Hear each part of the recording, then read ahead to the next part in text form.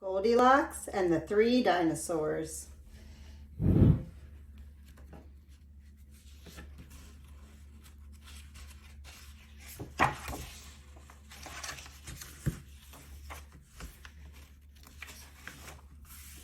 Once upon a time, there were three dinosaurs, Papa Dinosaur, Mama Dinosaur, and some other dinosaur who happened to be visiting from Norway. One day, for no particular reason, the three dinosaurs made up their beds, positioned their chairs just so, and cooked 3 bowls of delicious chocolate pudding at varying temperatures.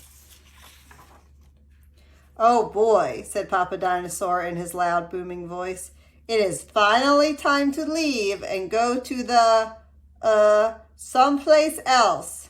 "Yes," continued Mama Dinosaur. "I sure hope no innocent little succulent child happens by our unlocked home while we are, someplace else."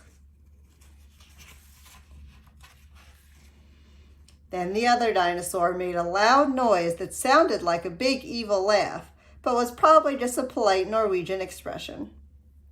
The three dinosaurs went someplace else and were definitely not hiding in the woods, waiting for an unsuspecting kid to come by. Sure enough, 5 minutes later, a poorly supervised little girl named Goldilocks came traipsing along.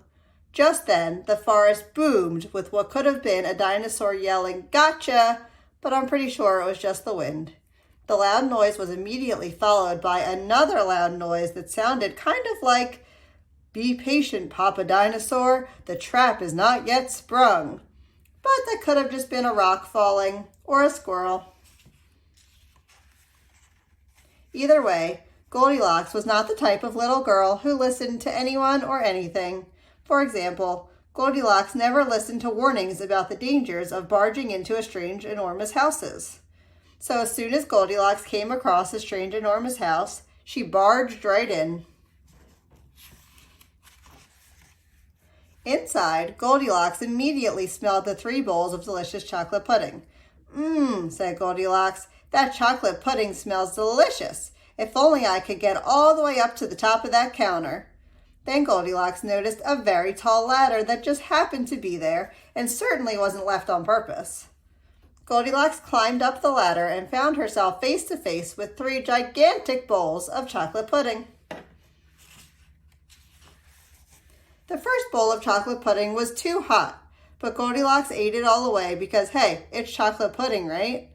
The second bowl of chocolate pudding was too cold, but who cares about temperature when you've got a big bowl of pudding? Not her. The third bowl of pudding was just right, but Goldilocks was on such a roll by now, she hardly noticed.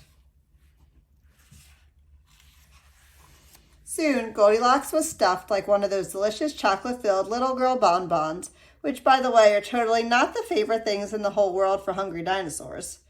Tired and groggy, Goldilocks noticed 3 chairs in the living room, so she climbed down the ladder and walked out the kitchen. The first chair was too tall. The second chair was too tall, but the third chair was too tall. Goldilocks wasn't going to climb that high just to sit in some chair, so she hiked over to the bedroom. When she got there, Goldilocks noticed that the beds were also gigantically big. "What is going on around here?" groaned the exhausted girl. "The bears that live here must be nuts."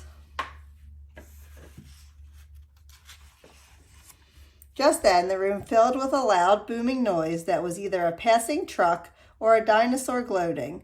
"A few more minutes and she'll be asleep. Delicious chocolate-filled little girl bonbons are yummier when they're rested." Even a little girl who never listens to anyone or anything had to hear that.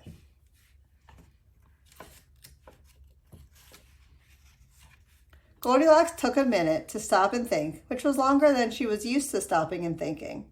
"Hey," she told herself, "this isn't some bear's house. This is some dinosaur's house." Say what you like about Goldilocks, but she was no fool. As quickly as she could, she ran to the back door and got out of there. Just then, a loud plane flew by, which sounded pretty much like a trio of dinosaurs yelling, "Now!" or "Charge!"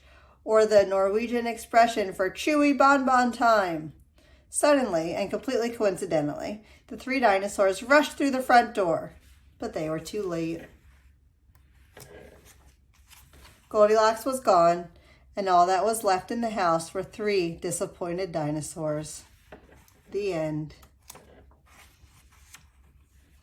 And the moral is, if you ever find yourself in the wrong story, leave. And the moral for the dinosaurs is, lock the back door.